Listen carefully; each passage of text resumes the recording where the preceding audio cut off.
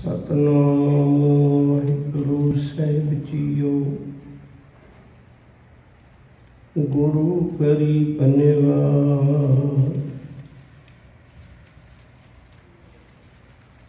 तुम सुल्तान कहाँ मियाँ,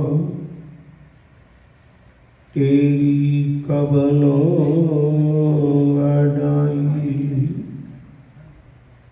जो तुम देही सो कहाँ सुअमी, मैं मूर्ख कहन ना जाई। जो तुम देही सो कहाँ सुअमी, मैं मूर्ख कहन ना जाई।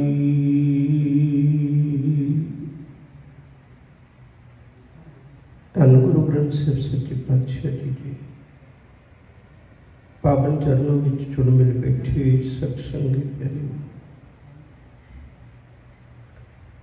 सब की कृपा रहमत बख्शिश हुई है। कीर्तन सुनने मिले गुरमुख प्यारे भाई गुरप्रीत सिंह जी बल्लड़वाल, उन्होंने जथे ने अमृतमई बाणी का कीर्तन किया है। सतगुरु कृपा करे। विचार का समय आरंभता तो पहला गुरु की फतेह सांझी करिए। प्यार नाल आखो जी वाहिगुरु जी का खालसा वाहिगुरु जी की फतेह। प्यो दादे के खजाने विच बहुत कुछ ऐसा पिया है जिसनों असीं विचार नहीं सके। उहदे विचों अज की विचार आपां सांझी करनी। जिहड़ियां 9-12 के उत्ते धुनियां गुरु अर्जन पातशाह जी महाराज ने अंकित कीतियां, उन्हां दी लड़ीवार आपां विचार करते आ रहे हैं। अज की ये वार सतगुरु गुरु अमरदास साहिब सच्चे पातशाह जी महाराज की है। ते इस वार नूं गाउण दी गुरु अर्जन पातशाह जी महाराज ने हदायत भी की हुई है। जिन्हां योधियां की वार दे उत्ते इन्हां नूं गाउण दी हदायत है। हुण आपां उन्हां दा पिछोकड़ नज़र मार लिया। ये मैं बेनती करांगा भी अज की गल नूं बहुत ध्यान नाल सुनना पैना है। स्पैशल ध्यान दे के फिर आपां इस गल के नतीजे ते पहुंचांगे। दसां पातशाहियां दा 1469 तो लैके 1708 साल तक का जिहड़ा समा है, 10 जामियां विच गुरु जी विचरे। पर इहदे मुकाबले विच बराबर जिहड़े मुगल ने वो 7 बादशाहियां उन्होंने हटाइया।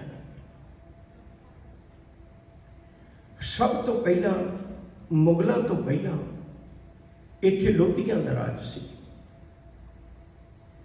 1526 विच 1519 विच 1520 विच इन्हें पहला भी हमले किए ने बाबर ने। पर आप अपनी गल वल रहीए। 1526 दे विच पानीपत के मैदान विच इब्राहिम लोधी नूं हरा के बाबर ने मुगल बादशाही की नींह रखी, आगाज किया। पर बाबर ने हिंदुस्तान विच राज बहुत थोड़ा समा किया। 1526 विच वो शुरुआत करता है तो 1530 चौथी मौत हो जाती है। 1530 तो बाद विच बाबर का पुत हुमायूं वो राज तख्त ते बैठता है। हुमायूं की उस वक्त के शेरशाह सूरी के नाल टक्कर होंदी रही। ये राज भाग विच भगदड़ ही रही है, कोई बहुता टकाव वाला राज नहीं रहा। पर इनू पढ़न का शौक सी, जे इन्हें जित हासिल की ही राज तख्त ते बैठा ही तो दिल्ली दे विच ये लाइब्रेरी तो किताब पढ़दा पढ़दा उतर रहा सी ते पौड़ियां तो फिसल गया ते 1556 विच इहदी मौत हो गई। अगे इहदा पुत अकबर हुण तख्त ते बैठा है, जिहदी अज आपां नूं लोड़ पैनी है। पर मैं पहला अगे तक सारी गल दस दियां ताकि आपां नूं पकड़ विच आ जाए गल सारी।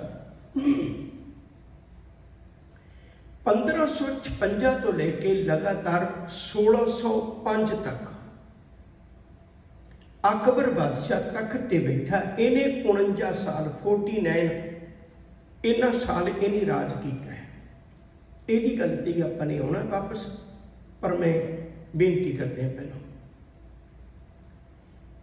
अकबर बादशाह के 1605 में आगरे च मौत हो जाने करके ਇਹਦਾ ਪੁੱਤ जहांगीर तख्त ते बैठा। जहांगीर ने अगे ਇਹਦਾ पुत शाहजहां तख्त ते बैठा। शाहजहां का पुत्र है औरंगजेब, वो तख्त ते बैठा। ते औरंगजेब का पुत्र है बहादुर शाह, वो तख्त ते बैठा। एक बारी मैं फिर दोहरावां, बाबर आया, ਉਹਦਾ गुरु नानक साहब नाल मिलाप होया। मेरा ख्याल है तुहानूं सारिआं नूं बाबर बाणी के शब्द याद होणगे। गुरबाणी विच जिक्र भी है, बाबर बाणी फिर गई कोई न रोटी खाई। जां यूं कह लो दूजे शब्दां विच वो जदों पाप की जंज लैके रत का कुंगू पा के शर्म धर्म छप खलोए सन, उदों कूड़ की प्रधानता हो गई सी। उन्हें जोड़ी दान मंगिया सी। बाबर तो बाद हुमायूं शेरशाह सूरी नाल जंग के मैदान में हार गया कनौज, ते भज के गुरु अंगद साहब जी के चरणों च आया। गुरु अंगद साहब जी बच्चों को पढ़ा रहे सन, उन्हें परवाह न की। ते हुमायूं तड़फिया भी मैं एडा वड्डा बादशाह आया, बाबर का पुत्र है मैं, ते मेरी परवाह नहीं की। ते उन्हें तलवार कढ़ी। गुरु साहबा ने बेपरवाही नाल जवाब दिता, भलिया जे एडा ही धनी सी जंग के मैदान चों क्यों भज के आए? जिथे तलवार चलानी सी उत्थों भज आए, जिथे विचार करनी सी उत्थे तलवार कढ़ के बैठ गए। अकबर बादशाह का भी शायद तुहानूं ख्याल होगा, अकबर बादशाह भी गुरु अमरदास जी के चरणों में आए सन। इन्हें भी आके गुरु के घर विचों लंगर छकिया सी, बड़ा प्रभावित होया सी। बेनती की सी मैं कोई जगीर गुरु के घर लाना चाहना है। और गुरु अमरदास जी ने उदों 4 फैसले करवाए सन। एक किसानों का टैक्स माफ कर दे, दूजा इस्त्री नूं मूँह नंगा रखण की आग्या दे, तीजा सती प्रथा बंद कर, चौथा पुनर्विआह करने की आग्या दे। अकबर बादशाह तो बाद जहांगीर का वक्त आउंदा जिहदे वेले गुरु अर्जन पातशाह जी महाराज नूं शहीद किया गया। 6वें पातशाह के वेले भी इहदा वक्त रहा। और 7वें पातशाह के वेले जहांगीर तो बाद इहदा पुत शाहजहां तख्त ते बैठता है, जिहदे पुत नूं दारश ओनूं गुरु हरराय साहब जी ने दवाई भेजी सी, शायद आपको याद होगा। शाहजहां नाल 6वें पातशाह दी लड़ाइयां भी रहीआं ने। ते औरंगजेब वो तख्त ते बैठता है, वो गुरु हरकृष्ण साहब जी के वेले तो चल पैंदा, गुरु हरराय साहब जी के वेले तो चल पैंदा जदों राम राय नूं भेजदे ने। तो इन्हें भी बहुत लंबा समा राज किया है। ये 1707 में चढ़ाई किया सी। उस तो बाद में बहादुर शाह जिहड़ा गुरु गोबिंद सिंह जी महाराज जी के चरणों में हाजिर होके मदद मंगदा भी मैनूं राज तख्त दो। अपने भरा दे नाल जंग में लड़िया, जंजुआं की जंग में, ते उत्थे गुरु गोबिंद सिंह जी ने मदद की जंग के मैदान में, ते इहदी जित हासिल हुई। 7 बादशाह ने, पहला बाबर, हुमायूं दूजा, तीजा अकबर, चौथा अकबर तो बाद है जहांगीर, ते पंजवां है शाहजहान, छेवां है औरंगजेब, सतवां है बहादुर शाह। हुण आपां अपनी गल बता दी। गुरु अमरदास जी के वेले अकबर बादशाह, अकबर बादशाह के मन में बड़ी लालसा भी मैं अपना राज भाग दियां हद्दां बहुत वधा दा। गुरबाणी में जिक्र करती राजा राज न तृप्तिया, राजा कदे देश दियां हद्दां नाल तृप्त नहीं होया करता। इन्हें भी मन में विचार रखी ते इन्हें जिमें किमें होया, कुछ एक नूं लड़ के कुछ एक नूं समझौते करके इन्हें अपने राज विच मिला लए। उस वेले की एक बहादुर कौम है राजपूत। राजपूतां दे नाल भी अकबर ने दो ही तरह का विहार किया। पहला विहार यह किया भी जिन्हां नाल सुलह की, जे जो सुलह नाल मन गए, फिर उन्हां दे राज नूं अपने राज विच मिला के अपने अधीन करके उन्हां नूं राज सौंप दिता। पर जिन्हां ने अधीनगी ना कबूली उन्हां नाल जंग लड़ने पे, जंग लड़े। इन्हां दे विचों मैं एक निक्की जी विचार तुहाडे नाल साझी करनी है, क्योंकि वो बहुत जरूरी अज दे मामले च, तां आपां नूं समझ लगनी अज दी गल, इन्ना खलारा तां पाउणा पिया। उस वेले दा एक बहुत वड्डा राजा भगवान दास। भगवान दास कोल अकबर बादशाह ने सुलह दे लई, सलाह दे लई भेजी, अपनी सलाह पेशकश भेजी। ते भगवान दास ने अपनी भैन, गल नूं पकड़ विच रखे थे, भगवान दास ने अपनी भैन अकबर बादशाह नूं ब्याह दित्ती। उहदा नाम जोधाबाई है। उस वेले दे राजपूत राजे महाराजियां नूं अपनियां धीआं भैणां दे डोले दे के उन्हां नाल सुलह कर लेंदे सन। जदों उन्हें भगवान दास ने अपनी भैन का रिश्ता देके उन्होंने ब्याह दी, ते भगवान दास का पुत है मान सिंह। मान सिंह की भूआ लगी, क्योंकि बाप की भैन है। जे मान सिंह की भूआ लगी तो अकबर की लग्या, फुफड़ लग्या, जिन्होंने कई इलाके फुफा भी कहा जाता है। हुण मान सिंह भी उहदे राज में आ गया। फुफड़ जो होया कोई बड़ी गल नहीं सी। मान सिंह बहुत बड़ा योद्धा, राजनीति तो काफ़ी वाकफ है। ये वेखदियां वेखदियां तरक्की करदियां अकबर के 9 रत्नां विचों एक रतन बन गया। इन्हें बहुत सारे राज भाग दिते। हुण जिहड़ी गल मैं होना चाहुंदा, उस वेले दा एक बहुत प्रतापी राजा हुंदा है, उहदा नाम है महाराणा प्रताप सिंह। महाराणा प्रताप सिंह कोल भी राजा मान सिंह एक सलाह लेके जाता भी तू अकबर की अधीनगी को कबूल है। वो बुलाता, सत्कार करता, आओ भगत करता, क्योंकि वो रिश्तेदार आपस में ही। मान सिंह और महाराणा प्रताप सिंह रिश्तेदार ने। ये बड़ी प्यारी आओ भगत करता, निघा स्वागत करता। शाम के खाने वेले जो खाने का वक्त आया, हम सत्कार तो हुए ना भी जो कोई बाहरों मेहमान आया उसके नाल बैठ के राजा खावे। महाराणा प्रताप सिंह ने आप खाना खाने की बजाय अपने पुत को बिठा दिता। मान सिंह ने तुहीन समझी। मान सिंह ने पूछा तेरे बाप कितने है? वो कह लगे भी वो दर्द होंगे थोड़ा जिहा, किसी ने सिर च लिखा, किसी ने पेट च लिखा भी वो दर्द होंगे, तबीयत ठीक नहीं तां करके। मान सिंह ने आखिरकार दूजे दिन ये गल कही, कह लगे भी तुसी कल रात मेरे नाल खाना नहीं खाधा। किड्डी क वड्डी गल सी, दर्द होंदा सी, वैसे बैठ जाता बंदा। हुण वो जिहड़ा महाराणा प्रताप सिंह मान सिंह नूं ताना मारदा, कह लगे असीं उन्हां राजपूतां चों नहीं है जिहड़े अपनियां धीआं दे डोले राजे महाराजियां नूं दे के सुलह कर लेंगे। राजा मान सिंह के मन में इस गल चुभ गई। उन्हें अकबर नूं दस्सिया। अकबर ने उहदे ते हमला किया। हल्दी घाटी के मैदान में महाराणा प्रताप सिंह डट के लड़िया, पर फिर भी वो हार गया। हारिया होया जो जंगलों में 4 साल फिरदा रहा, याद रखो जी। पर उन्हें एक बारी भी अकबर की ईन नहीं मनी। हुण 2 तरह के राजपूत सन उस वेले। एक राजपूत वो सन जिहड़े वक्ती हाकम दे नाल अपनियां धीआं भैणां दे डोले दे के संधि कर लेंदे सन, अणख ते गैरत नूं गिरवी रख के। दूजे वो सन जिहड़े टक्कर तां लै लैंदे सन, पर अपनियां धीआं भैणां दे डोले नहीं सन दिंदे। उन्हां विचों जिहड़ी वार दी धुनी ते गाउण दा हुक्म है, वो 3 ने। पहले मैं उहदी एक लैन तुहाडे नाल साझी करना। उहदा इस वार दे लई गाउण दा हुक्म जो सतगुरु जी ने सानू बख्शिश कीता है। जोधे वीरे पुरबाणी की धुनी।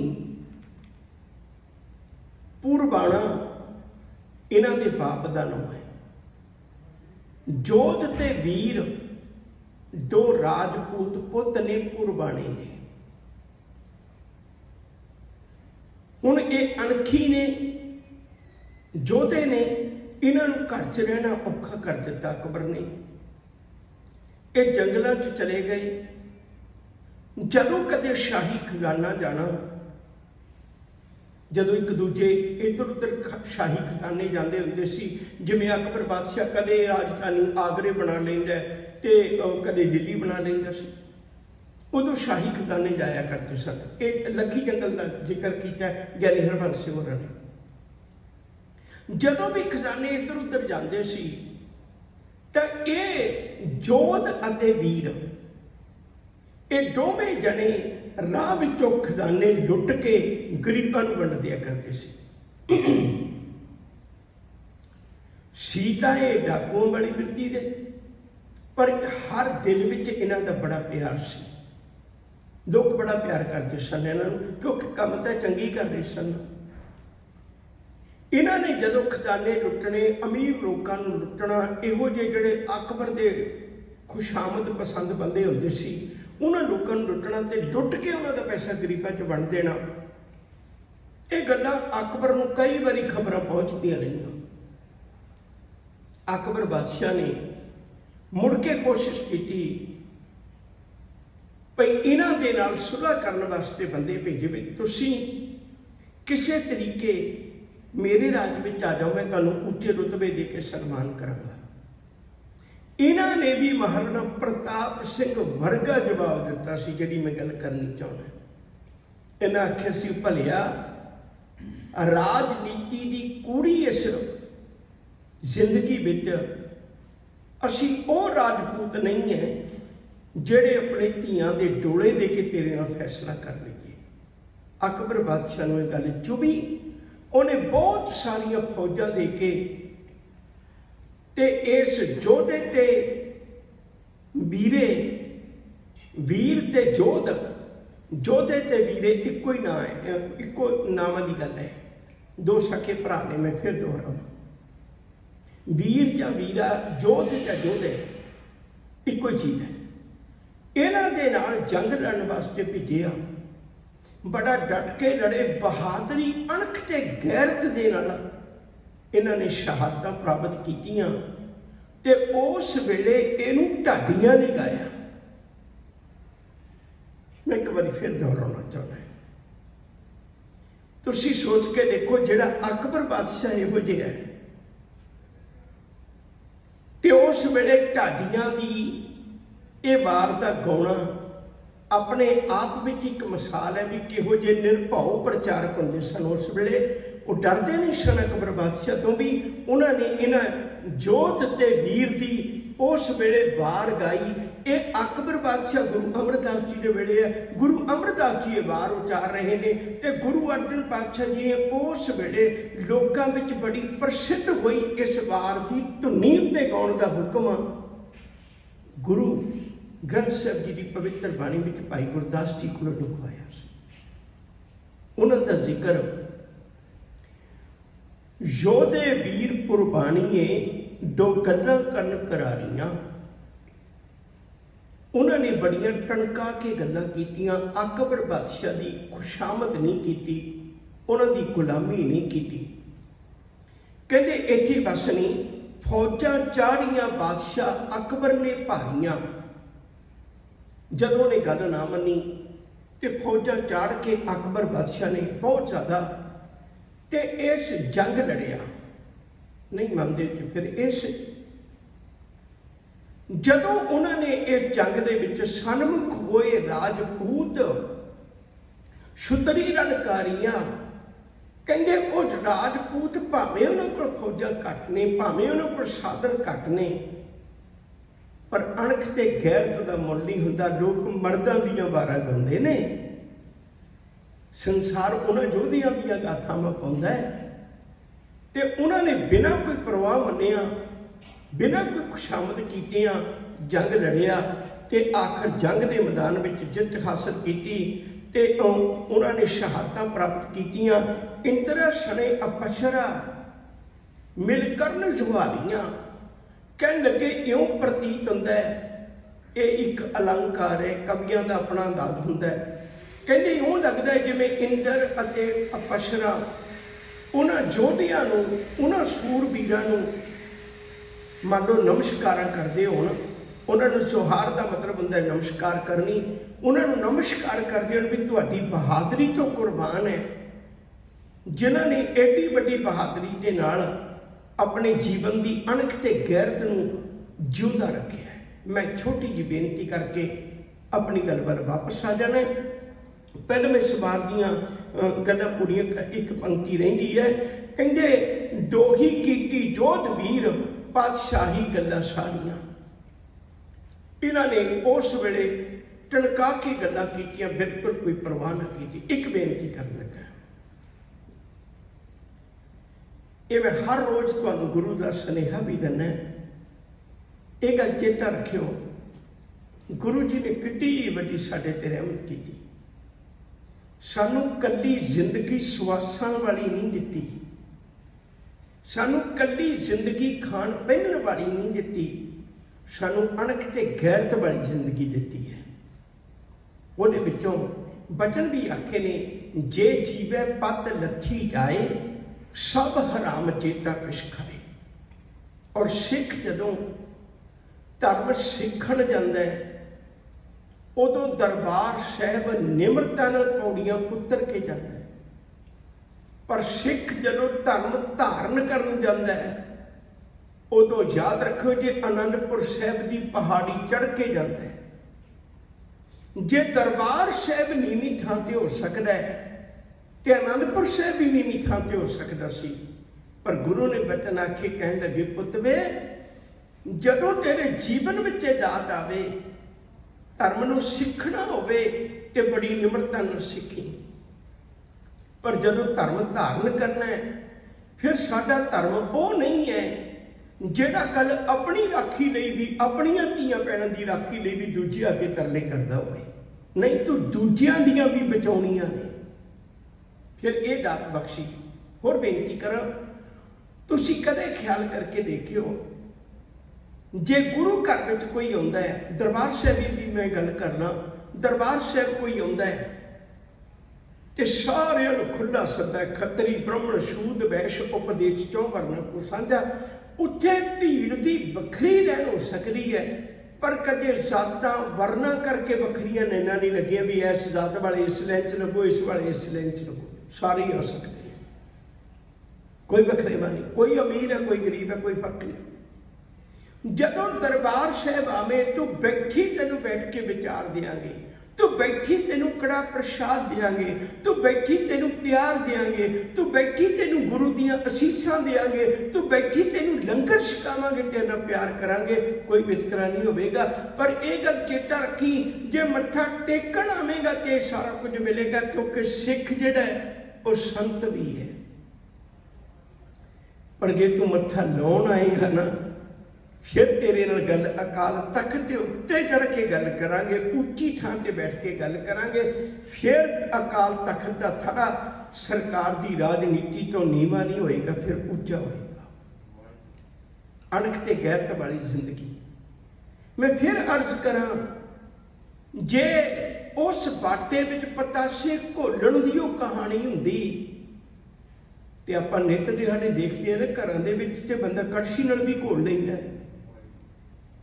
कड़छी नाल घोल दिंदे गुरु। पर गुरु नूं पता सी भी कड़छियां ते चमचे गुलामियां दे साधन हुंदे ने। मैं जी झोली विच गुलामी नहीं पाउणी, मैं ते अणख ते गैरत पाउणी है जी झोली विच। इसे लिए हजूर ने खंडा ते बाटा, बाटे विच खंडा फेरिया ताकि तेरे जीवन विच अणख ते गैरत कामयाब रहे। अज भी तुसीं देखदे हो, जदों गल मुक नहीं जाती, सिख गुरुद्वारा साहिब कदम रखदा की है, निशान साहिब के दीदार हुंदे ने। निशान साहिब का कपड़े का फरला वो सारी दुनिया को हवा चुट के एक आवाज दिंदा है भी भलिया, जे तेनू प्रसादे पानी की लोड़ है, जे तेनू रहन सहन की लोड़ है, जे तेनू शरण की लोड़ है, जे तेनू दुख सुख की कोई कहानी है, तो गुरु नानक का घर उच्ची थां ते खलो के तेनू आवाजा मारदा मेरी घर आ जा। पर याद रखी, इस कपड़े के फरले के उत्ते एक खंडा भी लग्या हुआ है जिहड़ा ये सूचना देता है भी जे तेरी इज्जत नूं भी खतरा है, जे तेरी किसी धी बच्ची नूं भी खतरा है, इत्थे वो अणखां दे बनजारे बैठे ने जिहड़े जिंदगी दीयां खेडां खेड के किसी की पत नूं बचाउणा जाणदे ने, खंडा घोल के पीण वाले ने। निशान साहिब दे विच केवल कपड़े का फरला नहीं, उत्ते खंडा भी दिखाई देता। सिख जदों गुरु घर आउंदा है फिर कड़ा प्रशादी देग लैंदा है। ते कड़ा प्रशादी देग किवें मिलदी है? जदों अरदास हुंदी है उदों कड़ा प्रशादी देग विच अरदास ते होगी, उठ वे तू कला कड़ा प्रशाद खाण वाला ना बन जाए, तेरी अणख ते गैरत जिउंदी रवे। विच किरपान फेर के दिंदे हो, साडे तां कड़ा प्रशाद दे विच भी किरपान फिरी हुई है, ते ये अणख ते गैरत किवें भुल जाएगी? गुरु ने गल्लां जिउंदियां रखण वास्ते उन्हां जोधियां दीयां धुनियां दे उत्ते ये वार नूं गाउण दा हुक्म कीता होया है। सतगुरु जी ने कृपा करके ये रामकली दी वार है। रामकली विच 3 वारां ने, एक वार है गुरु अमरदास जी दी, एक वार गुरु अर्जन पातशाह जी महाराज दी है, एक वार बाबा सत्ता जी ते बलवंड जी दी है। अज इस गुरु अमरदास जी दी वार नूं इस जोधे वीरे पुरबाणी की धुनी इहदे उत्ते गाउण दा हुक्म है, जिन्हां ने वक्त के हाकम अकबर की अधीनगी ना कबूल के अपनी अणख ते गैरत नूं जिउंदिया रख के इतिहास के पन्ने उत्ते अपनियां हड्डियां दीयां कलमां ते अपनी रत की स्याही बना के एक अवला इतिहास का कारनामा अंकित करवा दिता सी। बाकी विचार आने वाले समय च कोला चुकां दी खेमा। अदब सत्कार नाल आखो जी वाहिगुरू जी का खालसा, वाहिगुरू जी की फतेह।